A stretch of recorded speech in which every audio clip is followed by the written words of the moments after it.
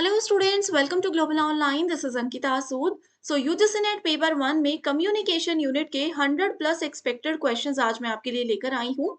अगर स्टूडेंट्स आपने ये 100 सवाल पढ़ लिए तो समझ लीजिए कम्युनिकेशन के सारे सवाल आप आसानी से पेपर में अटेम्प्ट कर पाओगे। ये सवाल एज इट इज एग्जामिनेशन में पूछे जा सकते हैं, इसीलिए हर एक क्वेश्चन के आंसर के साथ आपको डिटेल्ड एक्सप्लेनेशन भी दूंगी ताकि आसानी से आप लोगों की जो कॉन्सेप्ट्स हैं वो भी क्लियर हो जाएं। आगे बढ़ने से पहले बताना चाहती हूँ कि कम समय है और पेपर 1 की तैयारी अगर आप लोगों को अभी करनी है तो आपके लिए रिवीजन सीरीज लेकर आए हैं, जहां पर यूनिट वाइज आपको अपडेटेड एमसीक्यूज मिलेंगे हिंदी और इंग्लिश में। हर सवाल के साथ डिटेल्ड एक्सप्लेनेशन आपको दी जाएगी। 2025 का जो लेटेस्ट पैटर्न है उसी पैटर्न को ध्यान में रखते हुए ये क्वेश्चंस बनाए गए हैं और आप सभी को रिपीटेड पीवाईक्यूज भी हम प्रोवाइड करवाते हैं, जो कि आगे आने वाले एग्जामिनेशन में फिर से पूछे जा सकते हैं। तो ये 2 नंबर्स दे रही हूँ, इन पर व्हाट्सएप के थ्रू कॉन्टैक्ट करके आप पूरी जानकारी ले सकते हैं। Next is there is an argument that the emergence of cable and television audiences has brought in more personalized and interactive media culture. So इसमें कहा है कि बहुत समय से ये एक लंबा तर्क चलता आ रहा है कि केबल और टेलीविजन के जो दर्शक हैं, ठीक है, वो मोर पर्सनलाइज्ड, वो अधिक व्यक्तिगत और इंटरेक्टिव मीडिया को यूज करते हैं। बिल्कुल सही है। ठीक है, स्टेटमेंट 2 बोलती है within an integrated communication system. Integrated system का मतलब है कि आप इंटरनेट और ये सब लेटेस्ट टेक्नोलॉजी का यूज करके प्लस ट्रेडिशनल टेक्नोलॉजी का यूज करके कम्युनिकेट करते हो। इसमें बोला है messages do not require communicability and socialization. तो ये कह रहे हैं कि दोनों तरीके से जब आप कम्युनिकेट करते हो तो उसमें समाजीकरण और संप्रेषीयता, अच्छे तरीके से बातचीत करना को इंक्लूड नहीं किया जाता।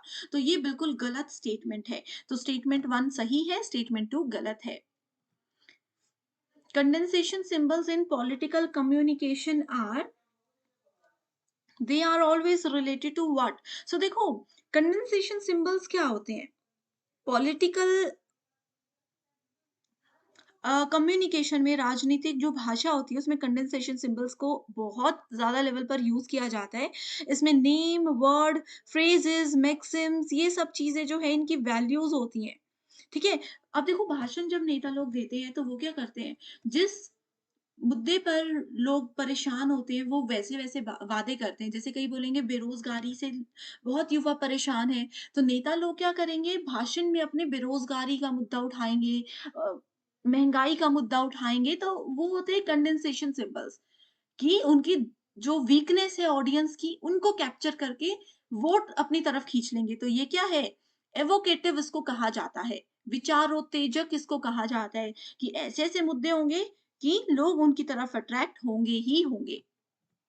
Next question is the electronic space of internet has failed to displace the institutional space in a society even an iota. Statement 2 बोलती है internet communication has broken down the hierarchies of race, ethnicity and gender. So देखो इसमें बोला है कि जो electronic media आ चुके हैं, इंटरनेट के थ्रू हम बातचीत करते हैं, उसने पुराने जो इंस्टीट्यूशन और लोग मिलजुल कर बैठ कर बातचीत किया करते थे वो सब चीजों को खत्म कर दिया। तो ऐसा बिल्कुल भी नहीं है, इसलिए स्टेटमेंट 1 फॉल्स है और स्टेटमेंट 2 ट्रू है, क्योंकि इंटरनेट कम्युनिकेशन ने ब्रेक डाउन कर दिया है लोगों की जातीयता को, लिंगवाद को और ये सब चीजों को। ऐसा तो नहीं हुआ है, थोड़े बहुत लेवल पर हुआ है लेकिन, ठीक है, तो इसलिए ये स्टेटमेंट सही है।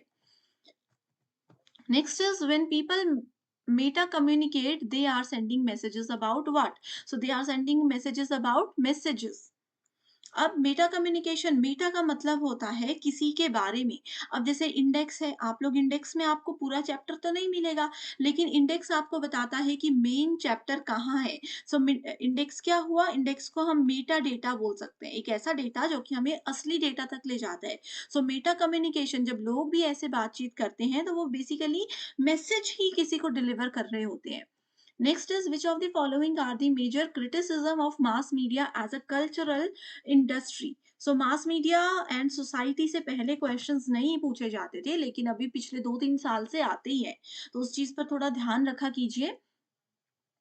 Mass media are pro people, ठीक है। मास मीडिया, मास का मतलब होता है, मास का मतलब होता है आम आदमी। अब मास मीडिया, मास कम्युनिकेशन मतलब बहुत से लोग खुले में आपस में एक दूसरे से बात कर रहे हैं। मास कम्युनिकेशन का एक बेस्ट एग्जांपल होता है कि एक पर्सन भाषण दे रहा है, नीचे पूरी दुनिया उनको सुन रही है। कोई सामने बैठकर सुन रहे हैं, कोई इंटरनेट पे सुन रहे हैं, कोई टीवी के थ्रू सुन रहे हैं। ठीक है। सो मास मीडिया जो होता है वो प्रो पीपल है। बिल्कुल गलत है। मेजर क्रिटिसिज्म पूछा है तो ये उसमें नहीं आता। Products of culture industry are standardized. ठीक है। जो सांस्कृतिक उद्योग होते हैं वो हमेशा चलते हैं। बिल्कुल सही है। The productions are devoid of aesthetic merit. Absolutely correct. The culture industry does uniform mass production. बिल्कुल सही। अवॉइड्स मैसिफिकेशन ऑफ कल्चर, ये गलत है। So correct answer is B, C and D only. Next is the Buddhist argue that reality should be understood as a linguistic construction। जो बौद्ध धर्म के लोग हैं वो हमेशा यही तर्क देते हैं कि वास्तविकता को भाषाई निर्माण के रूप में समझा जाना चाहिए, कि जो एक्चुअल चीजें आपके पास हो रही, जो वास्तविक में चीजें आपके सामने हो रही हैं, उनको समझने के लिए भाषाई निर्माण के रूप में उसको समझना चाहिए, लैंग्वेज के ज़रिए उसको समझना चाहिए। स्टेटमेंट 2 बोलती है कि आजकल का जो समय चल रहा है, we can say that reality is a media construct, कि जो सत्य है वो एक्चुअल में सत्य नहीं होता। मीडिया, न्यूज़पेपर या फालतू के वीडियोज़ उन चीज़ों को आगे बढ़ावा देते हैं। तो ये बिल्कुल सही स्टेटमेंट्स हैं दोनों की दोनों। Next is communication about communication is called. देखो मैंने अभी आपको क्या बोला, data about data is called Meta data, जैसे कि इंडेक्स का एग्जांपल दिया। सो यहाँ पर है communication about communication is called Meta communication. इतना बेसिक क्वेश्चन है ये, एज इट इज एग्जाम में आया था अभी रिसेंट एग्जाम में। सो स्टूडेंट्स पेपर 1 के साथ साथ पेपर 2 प्रिपरेशन पर भी ध्यान दीजिए। इसके लिए नोट्स एंड एमसीक्यूज अवेलेबल हैं जो कि एग्जाम के साथ आपको इंटरव्यू को क्वालिफाई करने में भी हेल्प करेंगे। सब्जेक्ट्स अवेलेबल हैं, अपना पेपर 2 का सब्जेक्ट देखिए एंड गिवन नंबर्स पर कॉन्टैक्ट कीजिए। इसके लिए सिर्फ एक ही बार आपको फीस देनी है, 1280 रुपये। जब तक स्टूडेंट्स आप लोगों का एग्जाम और इंटरव्यू क्वालिफाई नहीं हो जाता, सिर्फ इसी फीस में आप लाइफ टाइम तक इस स्टडी मटेरियल का फायदा उठा सकते हो। So, इस क्वेश्चन में पूछा गया है, according to some experts like Marshall McLuhan, the following are considered as hot media. अब इस क्वेश्चन में देखो डायरेक्टली कहा है कि मार्शल मैक्लुहान ने एक कॉन्सेप्ट दिया था जो कि है हॉट मीडिया से related. Mass media and society नाम के टॉपिक से ये क्वेश्चन पूछा गया है। सो हॉट मीडिया एक ऐसा मीडिया माना गया है कम्युनिकेशन में जो कि किसी भी इंसान की जितनी भी सेंसेस हैं उन सब को एक्टिवली यूज करता है। ठीक है। अब हमारे में जितनी भी सेंसेस हैं उनको एक्टिवली यूज करता है, इसीलिए इसको हाई डेफिनेशन कम्युनिकेशन मीडिया भी कहा जाता है। ओके। सो जैसे हमारे पास हॉट मीडिया है वैसे ही कूल मीडिया भी होता है। सो हॉट मीडिया में आ जाता है रेडियो। सबसे बेस्ट एग्जाम्पल है हॉट मीडिया का रेडियो और फिल्म।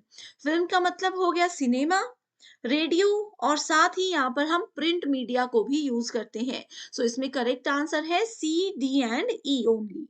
ओके।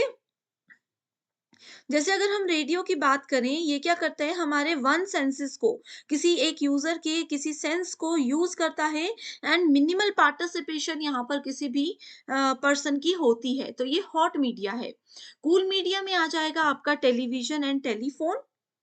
ठीक है। TV, mobile phone, conversation, comic books जो होती हैं ये सब आपकी कूल मीडिया में आती है। ये किसी पर्सन की सेंसेस को कम लेवल पर यूज करती है, इसलिए इसको कूल मीडिया कहा जाता है। आगे भी हम डिटेल में डिस्कस करेंगे एंड इस टॉपिक पर डिटेल्ड वीडियो ऑलरेडी आ चुकी है। अगर वो अभी तक आपने नहीं देखा है, आपके कॉन्सेप्ट्स क्लियर नहीं है, तो बस कमेंट कर दीजिए, मैं लिंक आपके साथ शेयर कर दूंगी। ठीक है। Next is the science of studying the feedback system in humans, animals and machines is described as what? So इसको क्या कहा जाता है? इसको कहा जाता है साइबरनेटिक्स। ठीक है। साइबरनेटिक्स क्या होता है? जो भी आपका सर्कुलर कैजुअल प्रोसेसेस होती हैं। अब फीडबैक क्या होता है? जैसे मान लीजिए एज अ टीचर मैंने आपको कुछ पढ़ाया, उसके बाद आप लोगों को, स्टूडेंट्स को वो चीज समझ आई या नहीं आई, आपने उससे रिलेटेड कुछ और क्वेश्चंस पूछे, मैंने फिर वो चीज आपको समझाई, फिर आप मुझे फीडबैक दे रहे हो कि ये सभी क्लियर है। तो ये क्या हो रहा है, एक सर्कुलर कैजुअल प्रोसेस है जिसको फीडबैक कहा जाता है। तो कभी भी हम फीडबैक की बात कर रहे होते हैं तो उसको साइबरनेटिक्स का नाम दिया गया है कम्युनिकेशन में। ये अपने आप में ही एक कितना इंपॉर्टेंट टर्म है कि इसमें से क्वेश्चंस आते ही हैं एग्जाम में, ठीक है। Next question is de Saussure labelled language as a, so de Saussure नाम के एक साइंटिस्ट थे, उन्होंने लैंग्वेज के लिए एक टर्म यूज की है। वो लैंग्वेज को क्या कहकर बुलाते थे? तो वो हमेशा लैंग्वेज को प्रोफ्यूजन ऑफ साइंस यानी कि संकेतों की प्रचुरता के नाम से कहते थे, ठीक है। सो यहाँ पर देखो डायरेक्टली ये नाम दिया गया है लैंग्वेज को, वो लैंग्वेज को लैंग्वेज नहीं प्रोफ्यूजन ऑफ साइंस का नाम देते थे, ठीक है। अब जैसे यहाँ पर आप लोगों से पूछा जा सकता है कि फोटोग्राफ्स को क्या नाम दिया गया था? सो फोटोग्राफ्स को इंडेक्सिकल कहा जाता है। फोटोग्राफ्स को इंडेक्सिकल कहा जाता है। वैसे ही एक टर्म और होती है आइकॉनिक और एक टर्म होती है सिंबॉलिक। सो आइकॉनिक को कहा जाता है, इसको कहते हैं, ओके सो यहाँ पर थोड़ा सा कंफ्यूजन हो गया है, सॉरी। आइकॉनिक को फोटोग्राफ्स कहते हैं, उसके बाद आता है इंडेक्सिकल, इंडेक्सिकल को कहते हैं स्मोक, राइट। एंड अगर सिंबल्स की बात करें तो सिंबल्स क्या होते हैं? लेटर्स होते हैं अल्फाबेट्स के, एंड प्रोफ्यूजन ऑफ साइन होता है लैंग्वेज। तो ये चार टर्म्स आपको याद रखनी है, ये 2022 में जो पेपर हुआ था उसमें एज इट इज पूछी गई थी, okay. Next question is which of the following are the criteria for public service communication? So public service communication का criteria जो है उसको कहा जाता है accuracy, comprehensiveness, separation of opinion and facts. Next question is in communication denotation is the level of what? So denotation क्या होता है? Denotation basically mass media society की एक टर्म है, बेसिक टर्म है। ये फर्स्ट लेवल ऑफ एनालिसिस होता है, फर्स्ट लेवल ऑफ एनालिसिस इसको कहा जाता है, ठीक है। डिनोट करना यानी कि किसी चीज को डिस्क्राइब करना, ऐसे याद रखिए। सो करेक्ट आंसर है ऑप्शन नंबर 3। सिमिलर क्वेश्चन दूसरी शिफ्ट में पूछा गया था, उसमें कहा था in communication connotative words have what? So denotation और connotation same होता है। So denotation first level of analysis है, that is related to descriptive description, और connotation जो है वो cultural meaning होता है, cultural meaning होता है किसी भी चीज का। Connotation refers to the meaning suggested or implied by the use of a particular word beyond its literal यानी कि डिनोटेटिव और कॉमन मीनिंग। अब देखो किसी चीज का कोई जनरल मीनिंग है लेकिन कल्चरल मीनिंग उस चीज का कुछ और हो सकता है, तो उसको कॉनोटेटिव कहते हैं, ओके। एंड कम्युनिकेशन में ये बैरियर होता है, बैरियर्स ऑफ इफेक्टिव कम्युनिकेशन हमने पढ़ा है। तो बैरियर्स में दो इंपॉर्टेंट टाइप्स होते हैं, डिनोटेशन एंड कॉनोटेशन। तो ये आपको जरूर डिटेल में पढ़कर जाना है, ठीक है। Next is in terms of communication the dominant interests of a large culture will form the image of minority audiences. So ये statement बिल्कुल सही है। and statement 2 बोलती है the medium of television is often considered as a new religion. So television एक new religion का medium बताया गया है, ये भी बिल्कुल सही है। So both the statements are absolutely correct. Next is symbols provide meaning when used in a, अब देखो कोई भी सिंबल है, ठीक है। अब जैसे ये एक सिंबल होता है, इस तरीके से सिंबल जब कोई मीनिंग प्रोवाइड करवाते हैं, सिंबल से हमें मीनिंग कब पता चलता है? जब उनको कैसे यूज किया जाता है? जब उनको यूज किया जाता है स्पेसिफिक कल्चरल कॉन्टेक्स्ट के बेसिस पे, ओके। बहुत बेसिक क्वेश्चन है। Next is a hot medium is characterized by, so hot medium क्या होता है? एनालिटिकल प्रिसीजन होता है, एंड ये बेसिकली एक क्वांटिटेटिव एनालिसिस होता है, सिक्वेंशियल ऑर्डर पे ये काम करता है। सो इसकी कैरेक्टरिस्टिक्स पूछी गई हैं, it is low audience participation इसमें होती है। जैसे रेडियो की बात की थी, रेडियो आप सिर्फ़ ऑन करके सुन सकते हो। ज़्यादा से ज़्यादा वहाँ पर आप क्या कर सकते हो, चैनल चेंज कर सकते हो। लो पार्टिसिपेशन है ना आपकी, आप ज़्यादा कोई नहीं कर सकते। अब जैसे फ्रेश मीडिया है, यूट्यूब वगैरह है, वहाँ पर हाई ऑडियंस पार्टिसिपेशन होती है। बहुत इंटरनल लेवल तक यूजर को उसमें एक्सेस की पावर होती है, ठीक है। It envelopes only one sense. अब रेडियो सुन रहे हो तो आपके सिर्फ कान बिजी है, आंखें चाहे बंद करके सुनते रहो, कोई फर्क नहीं पड़ता। Large amount of information supplies यहाँ पर होती है। Next is a cool medium has features of, ये दोनों क्वेश्चंस अलग अलग शिफ्ट्स में आए थे, ऐसे ही होता है, ठीक है। इसीलिए प्रीवियस ईयर क्वेश्चन से मैं आपको बताना चाहती हूँ कि कैसे पूछा जाता है, ठीक है। सो कूल मीडियम क्या हो गया, it provides a small amount of information. It tends not to be supplemented by hot media. Okay, so ये कुछ इंपॉर्टेंट कॉन्सेप्ट्स थे एग्जामिनेशन के लिए जो बहुत इंपॉर्टेंट है। In the initial stages, mass communication has considered as study of propaganda. Now it has its linguistic component in terms of science, codes and languages. So यहाँ पे both the statements are true. Direct definition दी है mass communication. Statement 1 में the disadvantage of interpersonal communication is the availability of immediate feedback. तो सबसे पहले बताती हूँ कि interpersonal communication क्या होता है। जो अगर दो या दो से ज्यादा लोग आपस में इंफॉर्मेशन एक्सचेंज करते हैं, उसको इंटरपर्सनल कम्युनिकेशन कहते हैं। दो लोग हैं, वो आपस में बातचीत कर रहे हैं, that is called interpersonal communication. जब एक सिंगल पर्सन होता है, वो अपने मन में कुछ बोल रहे हैं, शीशे के सामने कुछ बात कर रहे हैं, अपने आप से कई बार हम कुछ बोलते हैं, that is called intrapersonal communication.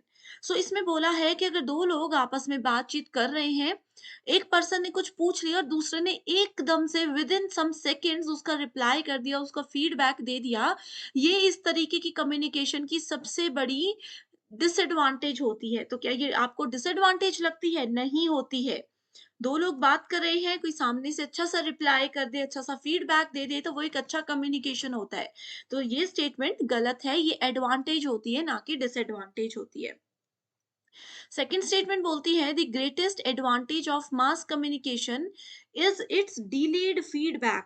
So here mass communication होता है, जैसे कि आप लोगों ने नेता लोगों के भाषण सुने होंगे, आप लोग रेडियो सुनते हो, टीवी देखते हो। टीवी में क्या होता है, एक पर्सन एक जगह से कुछ बोल रही है और पूरी दुनिया उनको सुन रही है। किसी नेता का भाषण चल रहा है, काफी हजारों में लोग उनके सामने लाइव उनको सुन रहे होते हैं। काफी लोग अपने टीवी में, मोबाइल फोन में उनको सुन रहे होते हैं, यानी कि एक सेंडर है और मल्टीपल रिसीवर है। इसमें इसकी एडवांटेज ये बोली है कि इसमें फीडबैक बहुत आराम से होता है। तो ऐसा ज़रूरी नहीं है, मास कम्युनिकेशन में बहुत बार ऐसा होता है कि फीडबैक होता ही नहीं है। सो इसीलिए ये वाली स्टेटमेंट भी गलत है। तो करेक्ट आंसर होगा both the statements are incorrect. Okay, so इस तरीके से आप लोगों को क्वेश्चन समझने हैं, बहुत इजी क्वेश्चंस आते हैं। सो नेक्स्ट है आगे, अगले क्वेश्चन में कहा गया है in communication language involves different degrees of identification for generalization. Okay, तो सबसे पहले इस स्टेटमेंट के थ्रू आपको बताती हूँ कि जर्नलाइजेशन क्या होता है। मीनिंग समझ गए तो आगे आसान हो जाएगा। Okay, so generalization is when a communicator can apply a skill in different contexts and settings. मान लीजिए आप में कोई स्किल है, आपने क्या किया, डिफरेंट डिफरेंट एनवायरनमेंट में, डिफरेंट डिफरेंट जगह पर आप उस स्किल को कम्युनिकेशन के दौरान यूज कर रहे हो। कई लोगों में ये स्किल्स होती है कि वो बहुत प्यार से बात करते हैं, बहुत पोलाइटली बात करते हैं, जिससे कि कम्युनिकेशन बेहतर हो जाता है। तो उसको जर्नलाइजेशन कहा जाता है। ओके, सो इस क्वेश्चन में देखो क्या है, ये स्टेटमेंट बिल्कुल करेक्ट है। इसमें जो लैंग्वेज होती है वो different degrees of identification use करता है, स्पेशली फॉर जर्नलाइजेशन, कि आप अपने कम्युनिकेशन के स्किल्स को किस तरीके से लैंग्वेज के थ्रू प्रेजेंट करते हो। बिल्कुल सही स्टेटमेंट है। स्टेटमेंट 2 बोलती है abstraction is described as a process of leaving out details and for effective communication and awareness of the details left out is necessary. Abstraction क्या होता है, अमूर्तन इसको कहते हैं। Abstraction uses basically a strategy of simplification. कितनी simple तरीके से आप एक इफेक्टिव बात को प्रेजेंट करते हो, that is called abstraction. Wherein formerly concrete details are left ambiguous, undefined. Thus, effective communication about things in the abstract requires an common experience between the communicator, कि कैसे आप सिंपल से simple language के through अपनी बात को present करते हो। कई लोग होते हैं ना, बात करते हुए टॉपिक कहाँ से शुरू होता है कहाँ पर खत्म होता है पता ही नहीं चलता, मेन बात वो भूल जाते हैं। तो एब्स्ट्रैक्शन में यही बोला गया है कि वो लिविंग आउट करते हैं डिटेल्स को, बहुत डीप में नहीं जाते, टू द पॉइंट मेन बात बताते हैं। ये इफेक्टिव कम्युनिकेशन के लिए एक बहुत ही इंपॉर्टेंट प्रॉपर्टी होती है। तो ये बिल्कुल सही बताया है दोनों स्टेटमेंट्स में। ठीक है, so correct answer is both the statements are absolutely true. Next question is okay, so next question में कहा है in communication meaning refers to a person's what. Communication में जो मीनिंग्स होते हैं वो क्या रिप्रेजेंट करते हैं, वो बताते हैं internal responses to a message. आपने मुझे कुछ बात बताई, ठीक है, आप मेरे साथ बात कर रहे हो, आपके बात का मीनिंग क्या है, आपका इंटरनल रिस्पॉन्स है, मैसेज का इंटरनल रिस्पॉन्स वो हमें बताता है। Next question is match the following. बहुत इंपॉर्टेंट क्वेश्चन है ये, 2020 और 21 में भी एज इट इज लगभग लगभग पूछा गया था। ठीक है, सो मीडियम है और यूजर व्हीकल है newspaper, radio, television and film. Okay, so answer already है आपके सामने। न्यूज़पेपर में रबर प्लेट्स का इस्तेमाल किया जाता है। रेडियो इलेक्ट्रॉनिक मैग्नेटिक वेव्स, आपको पता है रेडियो वेव्स इस तरीके से होती है। ठीक है, so radio go with electronic magnetic waves. Television satellite dishes सबके घरों में होता है। और फिल्म के लिए URSA मिनी प्रो का इस्तेमाल किया जाता है। ठीक है, न्यूज़पेपर क्या होता है, देखो एक प्रिंटेड सोर्स होता है ना इंफॉर्मेशन का, सबके घर में न्यूज़पेपर आता है। इंफॉर्मेशन गैदर करने का एक बेस्ट सोर्स होता है। एंड इसमें जो रबर प्लेट है या फिर इसको रबर रोलर भी कहा जाता है, ये एसेंशियल रबर प्रोडक्ट होता है पेपर इंडस्ट्री में न्यूज को प्रिंट करने के लिए। Okay, next question is which of the following are true about the communication. Communication क्या इनएविटेबल होती है, अपरिहार्य होती है। Communication is non social, it is irreversible, it is cultural, it is completely commercial. So क्या होगा यहाँ पर करेक्ट आंसर। देखिए ये क्वेश्चन भी बहुत इंपॉर्टेंट है। सबसे पहले तो कम्युनिकेशन इनएविटेबल होती है, उसके बाद नॉन सोशल भी होती है, जरूरी नहीं है सोशली कम्युनिकेशन और नॉन सोशल भी होती है, कल्चरल भी होती है। सो करेक्ट आंसर है ए, बी एंड डी ओनली। इसके अलावा आप लोगों से ये भी पूछा जा सकता है कि कम्युनिकेशन की और क्या क्या प्रॉपर्टीज होती हैं। सो कम्युनिकेशन हमेशा कॉग्निटिव होती है। कॉग्निटिव मैंने बताया है, किसी भी पर्सन की मेंटल एबिलिटीज की बात की जाए that is called cognitivity. So communication specially classroom communication cognitive भी होती है। Next question is when okay, so इसमें पूछा गया है when a communicated message is based on reference to another it is called. ये हमने कल भी डिस्कस किया था, सेम क्वेश्चन को घुमाकर पूछा गया, it is called Meta message. ठीक है, किसी रेफरेंस के थ्रू, बुक का एग्जांपल लिया था, बुक में दो चीजें होती हैं, एक होता है इंडेक्स, एक होता है चैप्टर। ठीक है, तो हम चैप्टर तक कैसे पहुंचते हैं, इंडेक्स के थ्रू पहुंचते हैं, यानी कि इंडेक्स के रेफरेंस से चैप्टर तक पहुंचते हैं। तो ये होता है मेटा डेटा। तो रेफरेंस की बात हो रही है, सो मेटा मैसेज या मेटा डेटा आप हमेशा करेक्ट आंसर सेलेक्ट कीजिए। Next question is classroom communication is often refer to as contiguous communication. Easy है। Okay, next is communication communicative language is used by people to get sympathy, ignore fellow travelers, placates or embarrass enemies and comfort friends. Statement two बोलती है as a tool of communication language suffers from emotional loading, polar words and fictitious concepts. So both these statements are absolutely true here. Next is non verbal communication is mostly, सबसे ज्यादा क्या होती है non verbal communication. एक तो यहाँ पर आप लोगों को पता होगा अनस्ट्रक्चर्ड होती ही होती है ये, ठीक है। इसके अलावा ये होती है इनवॉलेंटरी, कॉन्टेक्चुअल और सिंबॉलिक। डिस्क्रिप्टिव और एग्रेसिव बिल्कुल भी नहीं होती है। एंड वर्बल कम्युनिकेशन में भी सेम क्वेश्चन आया था। तो वर्बल कम्युनिकेशन आपके पास स्ट्रक्चर्ड कम्युनिकेशन होता है, face to face conversation, speech, telephonic conversation, ये सब वर्बल के अंदर आता है, ठीक है। एंड नॉन वर्बल में बिना शब्दों के इशारे से लिख कर सिंबल्स के थ्रू जो चीजों को प्रेजेंट किया जाता है, that is called non verbal communication. Next question is Which of the following are true with regards to mass communication? Mass communication अभी हमने डिस्कस किया। इसमें सबसे पहले तो है messages are prepared by professionals, absolutely true। Next है messages are rapidly disseminated, and next is messages are supposed to be understood। correct answer is option from communication is। Students, कक्षा में जो संचार होता है उसके कुछ फीचर्स यहाँ पे गिवन है, आपको बताना है कि कौन कौन से पॉइंट्स बिल्कुल करेक्ट है। पहला ऑप्शन है goal oriented, style centric, collaborative, vertical या फिर नॉन ओरिएंटल।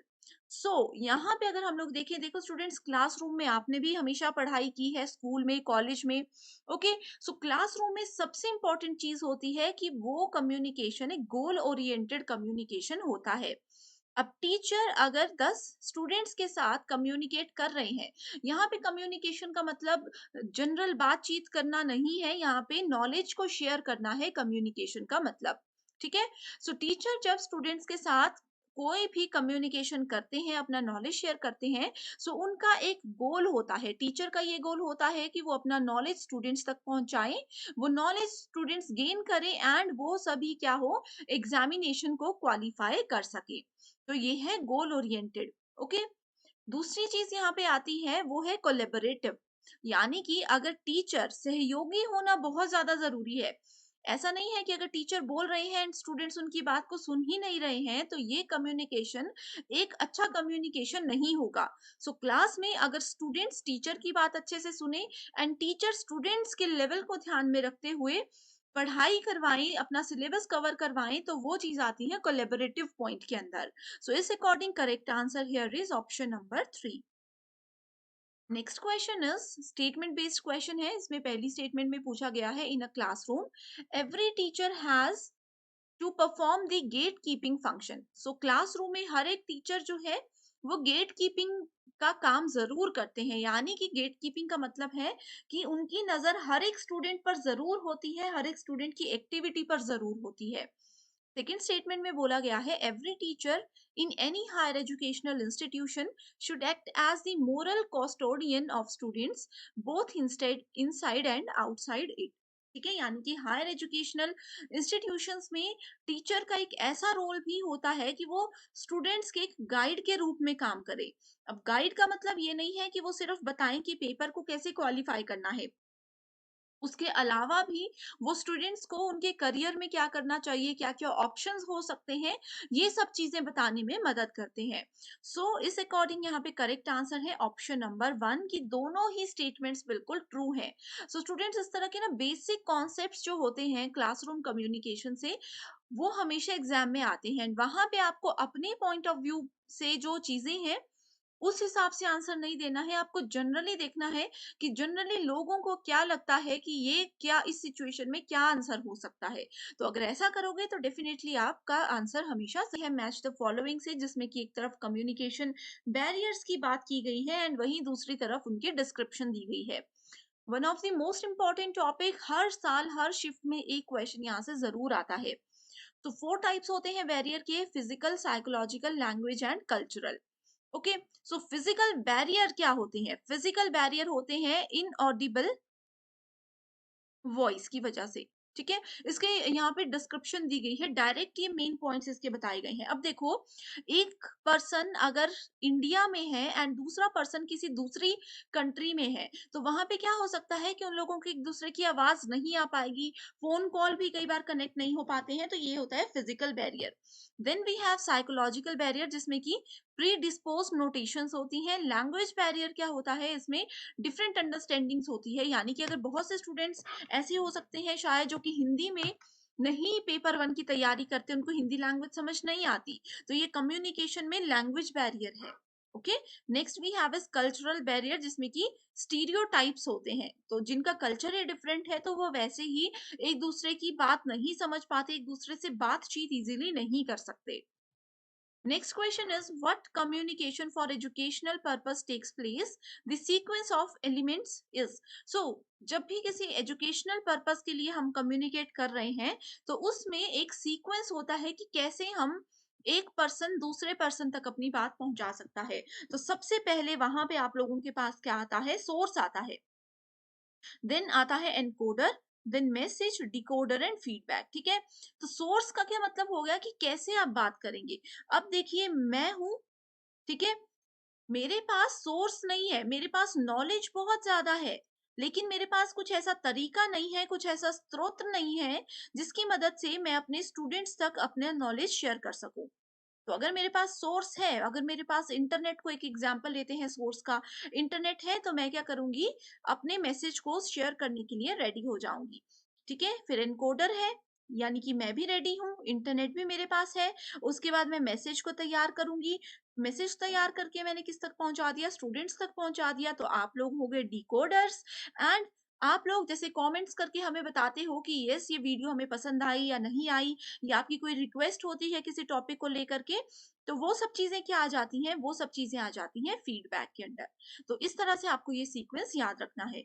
हमेशा याद रखिए कि फीडबैक हमेशा एंड में ही आता है, बीच में या स्टार्टिंग में कभी भी फीडबैक आपको नहीं मिलेगा। Okay, next question is a teacher who encourages students participation in communication will ensure so एक ऐसा टीचर जो कि स्टूडेंट्स को प्रोत्साहित करते हैं, ठीक है, स्टूडेंट्स की भागीदारी को वो प्रोत्साहित करते हैं कम्युनिकेशन में, तो उससे क्या सुनिश्चित वो करेंगे, opposite views, self system, class performance, professional development या फिर बाइनरी डिस्ट्रैक्शंस।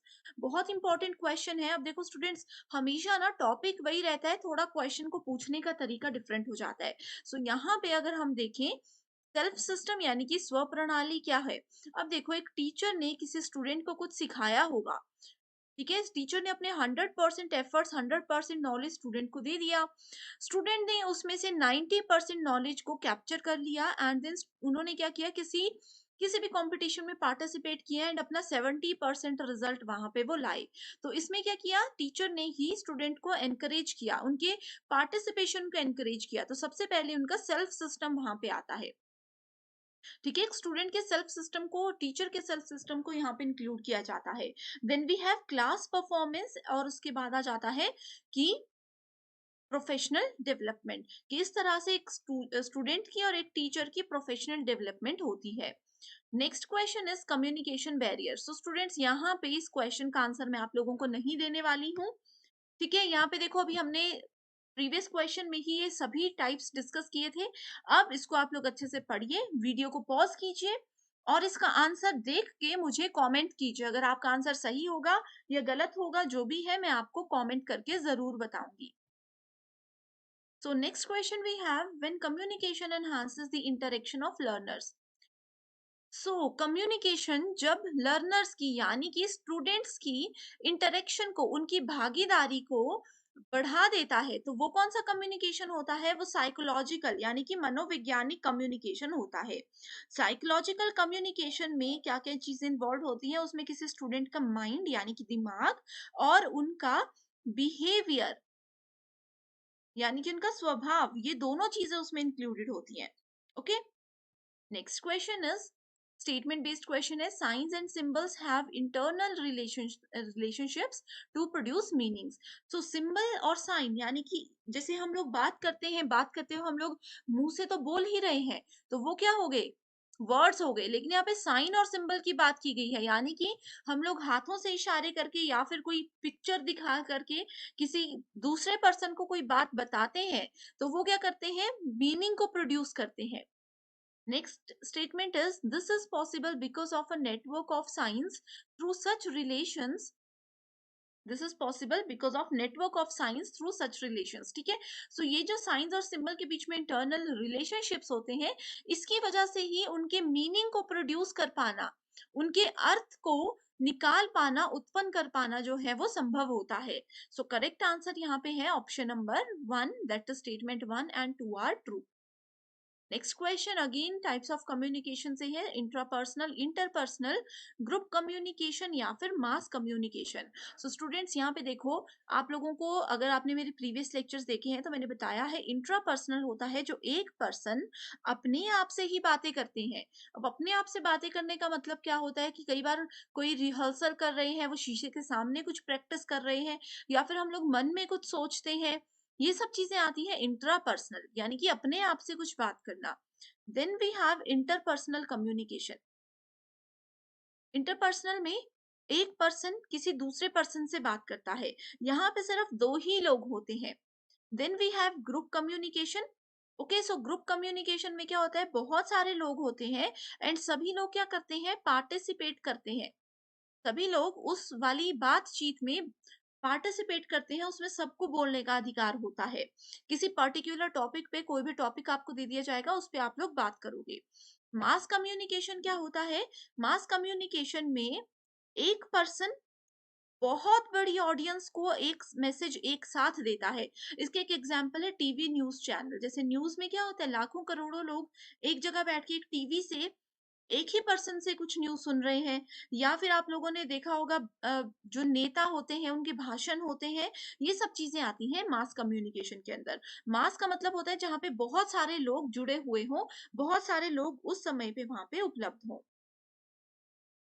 ठीक है, सो अब देखो विद इन वन सेल्फ मतलब इंट्रापर्सनल। सो फर्स्ट को अगर 4 से मैच करोगे सो करेक्ट आंसर है, इसी से आपको करेक्ट आंसर मिल जाता option number 4।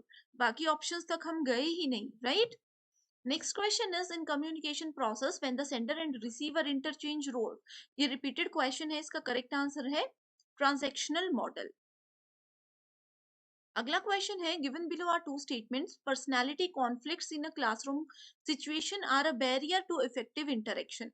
so personality conflicts क्या होती हैं, ये इसका मतलब है कि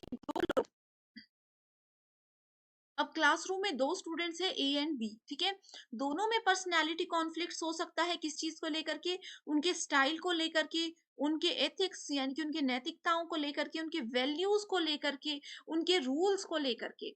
अब एक पर्सन अगर बोलता है कि ये पर्टिकुलर बॉक्स जो है खाली है, इस तरह से आप इसको मानकर चल सकते हो, ठीक है। अब जैसे पर्सन ए बोलता है कि ये वाला बॉक्स आधा खाली है, पर्सन बी बोलता है कि आधा भरा है, तो क्या है, ये पर्सनालिटी कॉन्फ्लिक्ट का एक छोटा सा एग्जांपल है यूजीसी नेट के कम्युनिकेशन के हिसाब से। ठीक है, सो यहाँ पे सेकेंड स्टेटमेंट बोलती है interpersonal communication is invariably considered the best solution in classroom environment। so interpersonal communication यानी कि एक आदमी सिर्फ किसी अलग एक आदमी से बातचीत करता है, ये इनवेरिएबली जो है एक बेस्ट सॉल्यूशन होता है क्लासरूम कम्युनिकेशन का।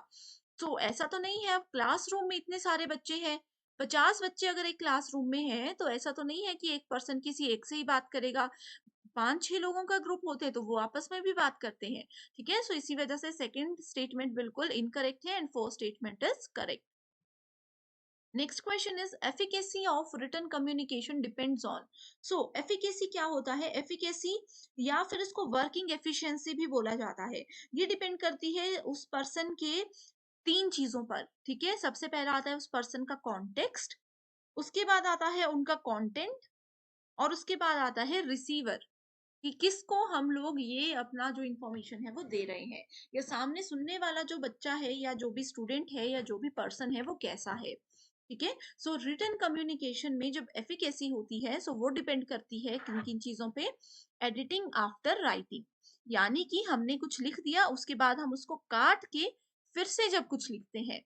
दूसरी चीज है ब्रेविटी इन सेंटेंसेस, यानी कि कड़े शब्दों का प्रयोग।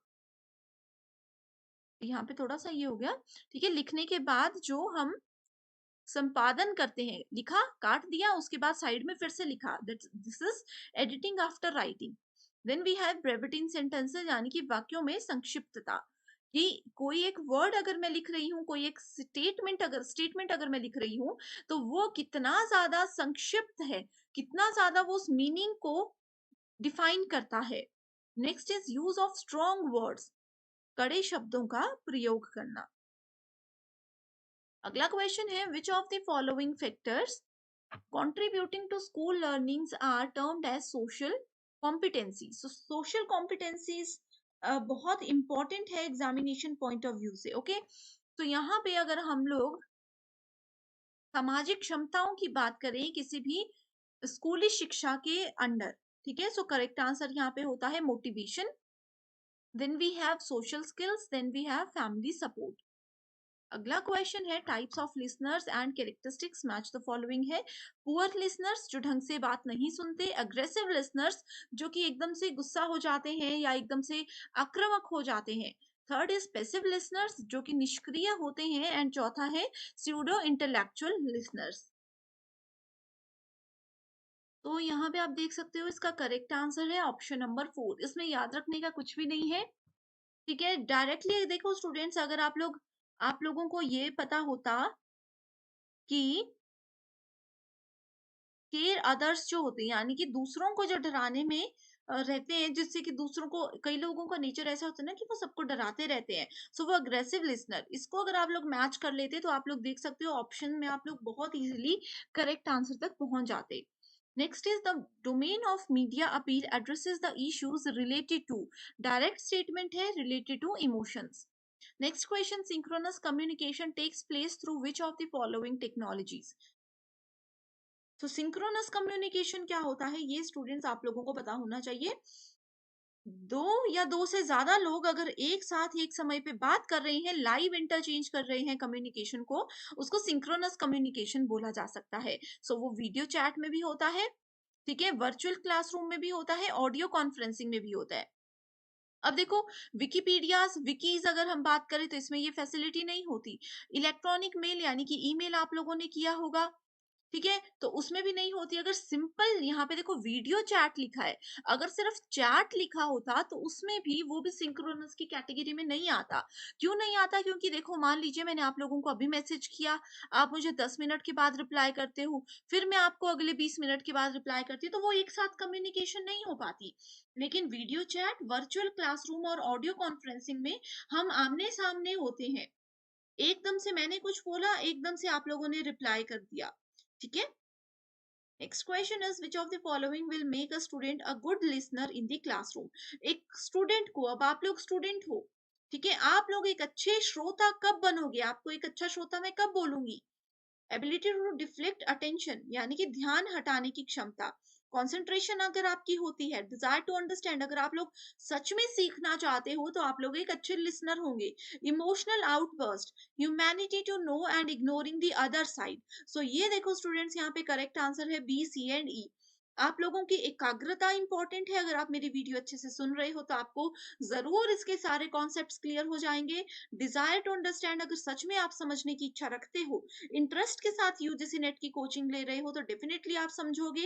And ignoring the other side यानी कि आपके पीछे कोई गाने चल रहे हैं, कोई कुछ बोल रहा है, आप लोग उन सब चीजों को इग्नोर करते हुए क्या कर रहे हो, सिर्फ और सिर्फ क्लासरूम में जो चल रहा है उस पर ध्यान दे रहे हो। सो आप एक अच्छे श्रोता हो। आप में से कौन कौन स्टूडेंट है कमेंट करके मुझे जरूर बताइएगा। एंड इसी के साथ स्टूडेंट्स, आप लोगों को और किस टॉपिक पर इस तरह से पीवाईक्यू चाहिए आप मुझे कमेंट कीजिए, या आप चाहते हो यूजीसी नेट पेपर 1 या पेपर 2 से रिलेटेड कोई भी क्वेरी है, कोई भी इंफॉर्मेशन आपको चाहिए, मुझे कमेंट कीजिए, मैं डेफिनेटली आपकी हेल्प करूंगी। So next we have poor listener. ये देखो स्टूडेंट्स, फिर से रिपीटेड क्वेश्चन है, तो इसका करेक्ट आंसर है option number D. Next question is communication activities of learners fall into domains consisting of. तो कम्युनिकेशन एक्टिविटीज है अगर लर्नर्स की, दो स्टूडेंट्स अगर आपस में बात कर रहे हैं तो वो किस किस डोमेन को ध्यान में रखेंगे, perception, groupism, interpersonal skills, regressive behaviour या फिर इंटरपर्सनल रिलेशनशिप्स। सो यहाँ पे अगर हम लोग देखें, सो करेक्ट आंसर है ए, सी एंड ई ओनली, ठीक है, यानी कि किसी स्टूडेंट की धारणा, अंतर व्यक्तिगत कौशल एंड पारंपरिक संबंध, पारस्परिक संबंध। Next question is Given below are two statements, assertion and reason. New media enhance the opportunity to extend the learning environment unheard or before of before. ठीक है, यानी कि जो नया मीडिया है, जैसे अभी आप लोग क्लासेस पहले ऑफलाइन कोचिंग होती थी, आपको रोज घर से जाना पड़ता था, लेकिन अब क्या हो रहा है, अब हो रहा है कि आप लोग घर बैठे बैठे कोचिंग ले रहे हो, ऑनलाइन लाइव क्लासेस देख रहे हो, तो ये न्यू मीडिया है। ठीक है, इसने क्या किया, आपकी लर्निंग को एक्सपेंड कर दिया। रीजन ये है कि learners can design their own learning process, तो वो अपने हिसाब से अपनी सीखने की प्रक्रिया को डिजाइन कर सकते हैं, यानी कि वो अपना टाइम टेबल, अपना शेड्यूल खुद से सेट कर सकते हैं। सो करेक्ट आंसर क्या है, option number 1, that is both A and R correct, and R is the correct explanation of A.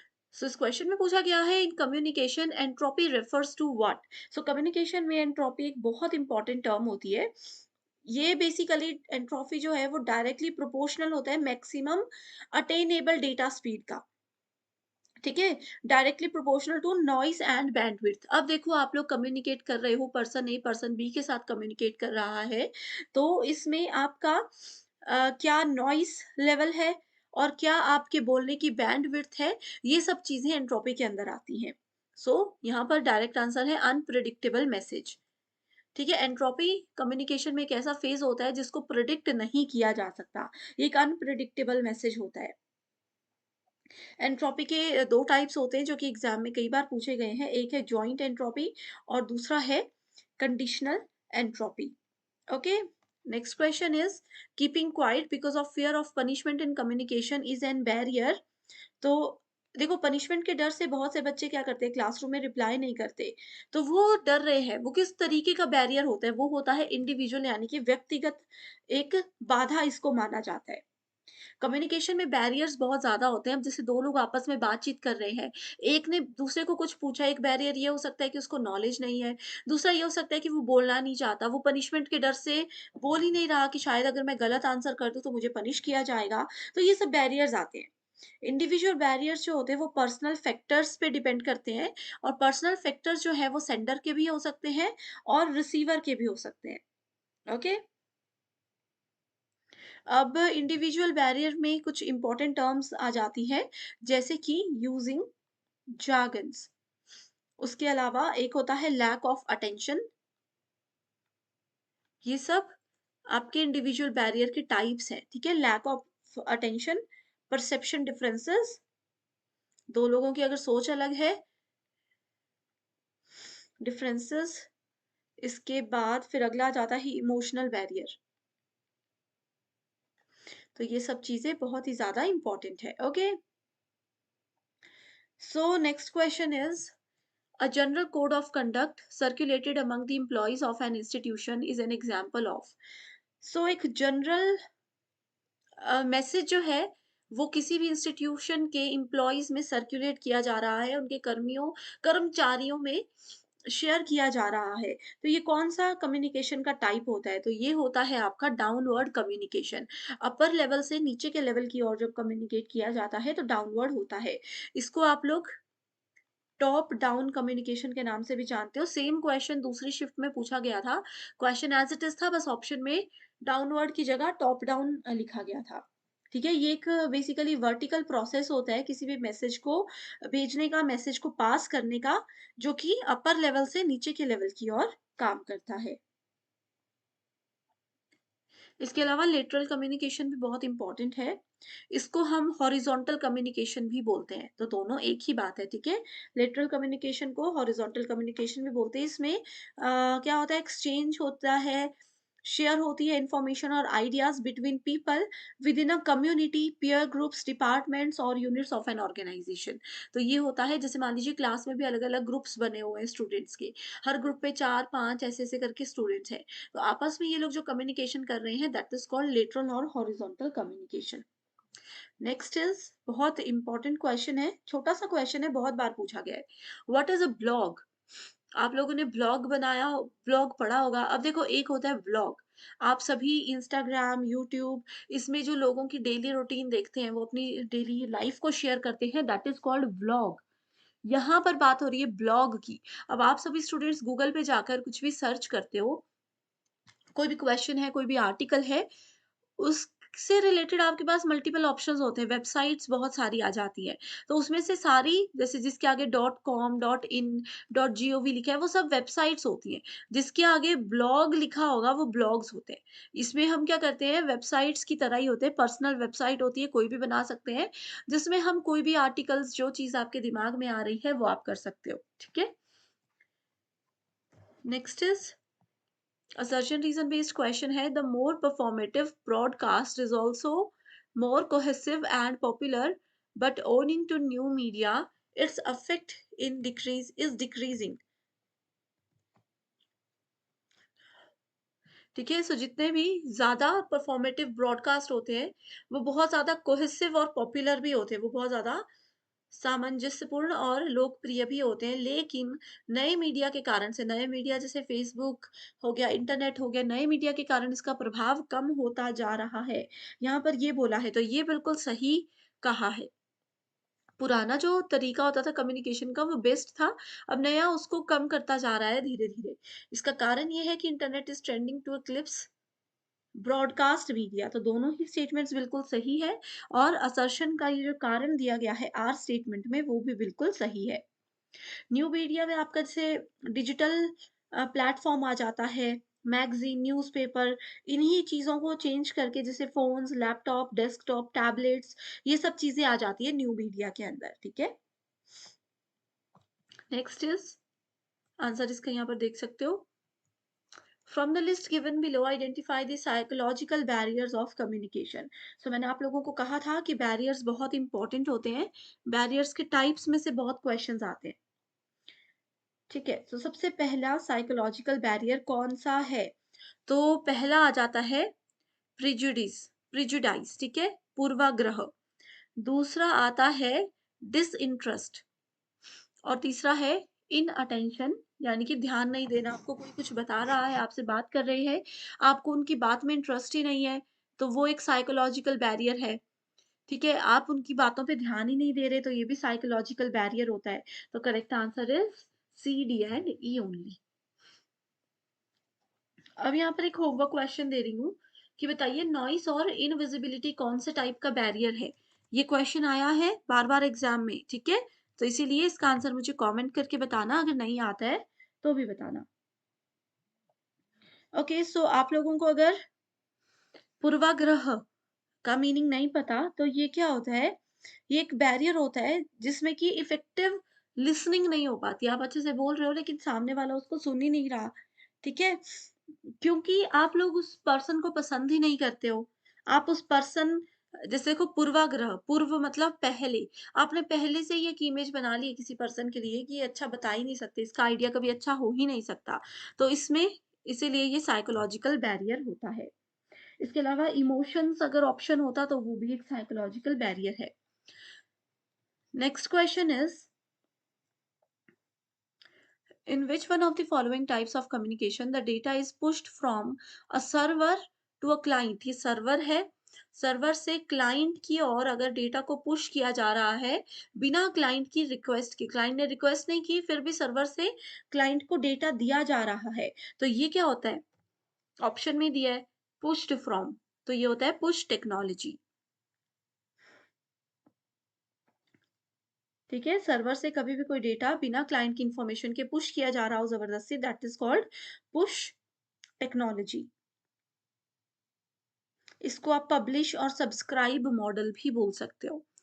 Next question is, in communication semantic barrier refers to what? So semantic barrier refers to varied connotations, यानी कि इसकी विविध अर्थ होते हैं। Semantic barrier वो होता है जिसके अलग अलग मीनिंग्स हो सकते हैं।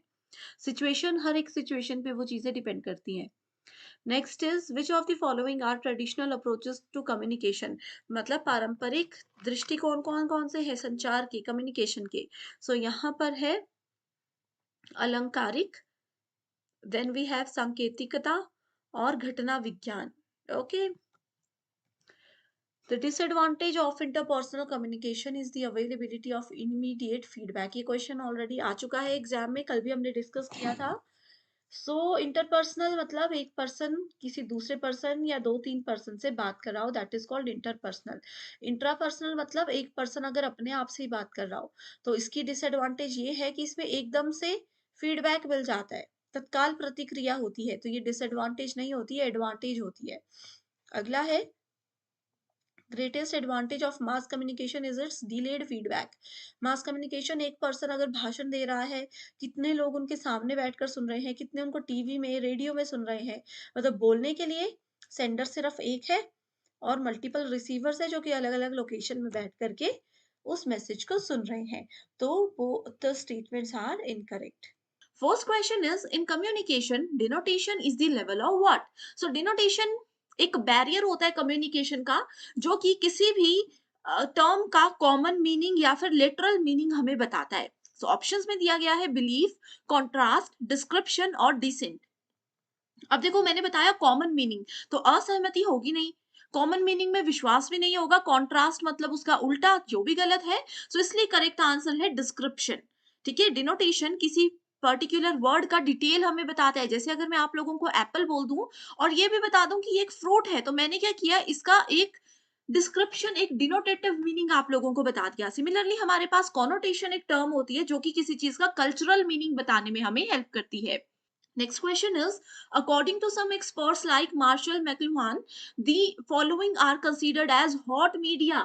So hot media क्या होता है? देखो, एक ऐसा मीडिया होता है जिसमें बहुत सारी इंफॉर्मेशन बहुत कम लोगों के बीच में शेयर की जाती है, लेकिन क्या होता है, लोग बहुत कम है लेकिन इंफॉर्मेशन बहुत ज्यादा दी जाती है। ठीक है, इसमें एक कीवर्ड है जो कि ये है कि ये हमारी सिर्फ 6 सेंस में से सिर्फ 1 सेंस को ही एक समय पे इस्तेमाल करता है। जो चीज जिस पर्टिकुलर टाइम पे होनी है उसी पर्टिकुलर टाइम में इसको फॉलो किया जाना चाहिए, ये होती है हॉट मीडिया की डेफिनेशन। पहला एग्जांपल है टेलीफोन। देखो टेलीफोन क्या है, ये कूल मीडिया है।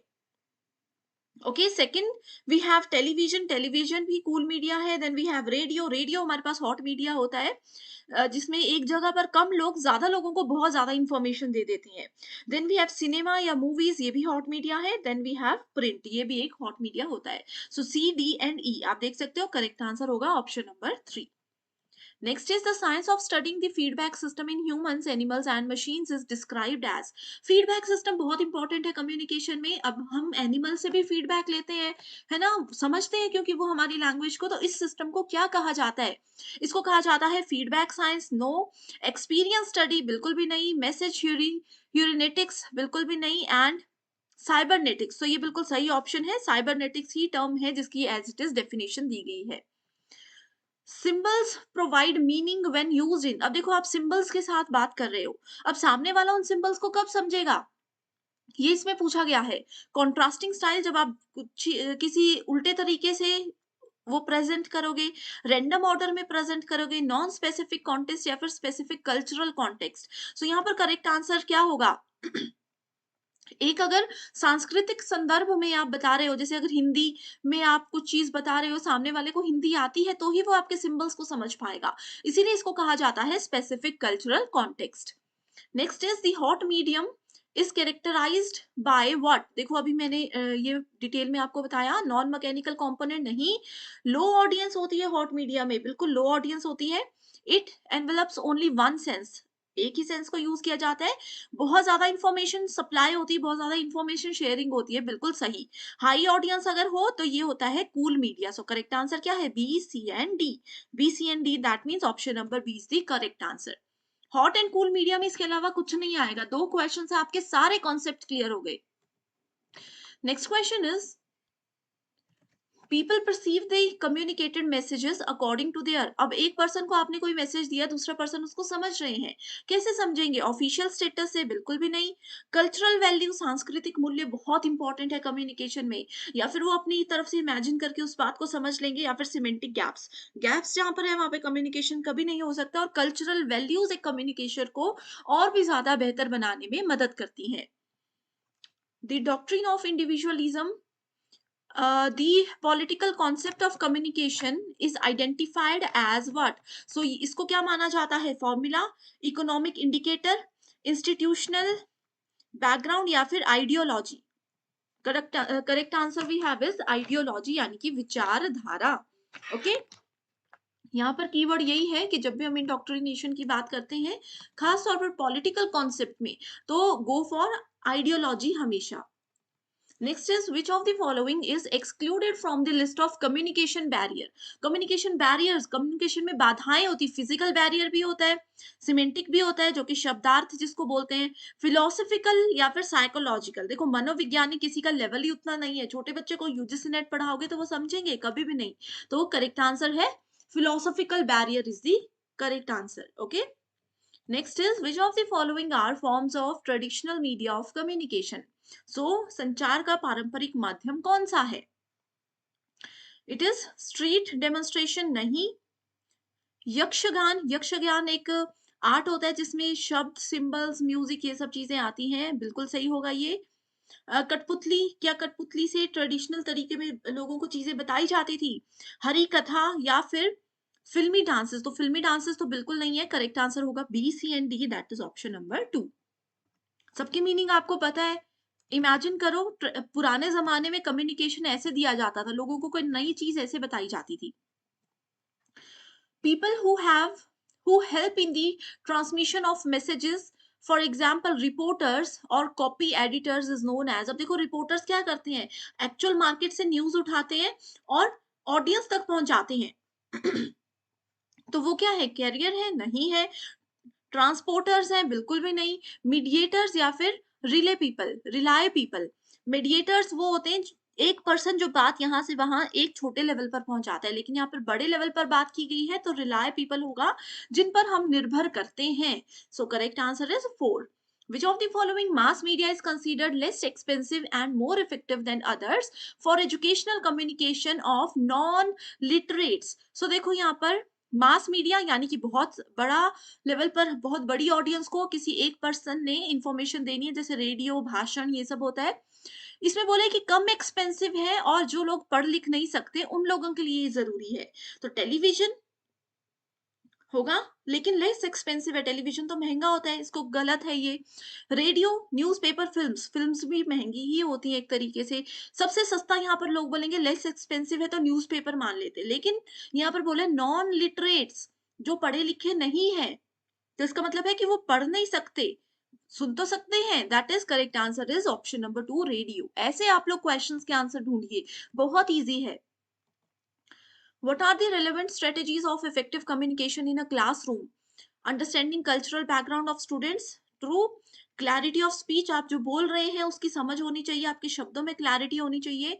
Focused listening on both sides, teacher भी अगर अच्छे से बोले और सुने और स्टूडेंट्स भी, तो ही एक अच्छा क्लासरूम कम्युनिकेशन हो सकता है। Inventing cultural levels, बिल्कुल गलत। और disdain ऑफ कलेक्टिंग एफर्ट्स, ये भी बिल्कुल गलत है, तो option A B C is the correct answer. बहुत इजी क्वेश्चंस हैं, बार बार रिपीट होते हैं। नेक्स्ट इज स्टेटमेंट 1 है language and other symbolic means of mass communication are social products. Okay, so इसमें कहा है कि मास कम्युनिकेशन जैसे भाषण होता है, एक पर्सन बोलते हैं और बहुत सारे सुनते हैं। उन्होंने कहा है कि लैंग्वेज और जो सिंबल मीनिंग होते हैं वो सोशल प्रोडक्ट्स होते हैं, बिल्कुल सही है। स्टेटमेंट 2 बोलती है communication media always make their audience feel comfortable. हमेशा ये कंफर्टेबल फील नहीं करती। ओके, कई बार स्टूडेंट्स या सामने वाले जो लिसनर होते हैं वो अनकंफर्टेबल भी होते हैं मीडिया के थ्रू। First is true, second is false, correct answer is 3। Next है persuasive communication does not blur the difference between truth and falsehood. So देखो ये एज इट इज स्टेटमेंट दी गई है जो कि बिल्कुल गलत है। Mass mediated communication never reflects truth. Mass media इसमें बोला है कि कभी भी सच्चाई नहीं बताते, कभी तो बताते ही है, बीच में झूठ भी हो जाता है, इसलिए दोनों स्टेटमेंट्स गलत हैं।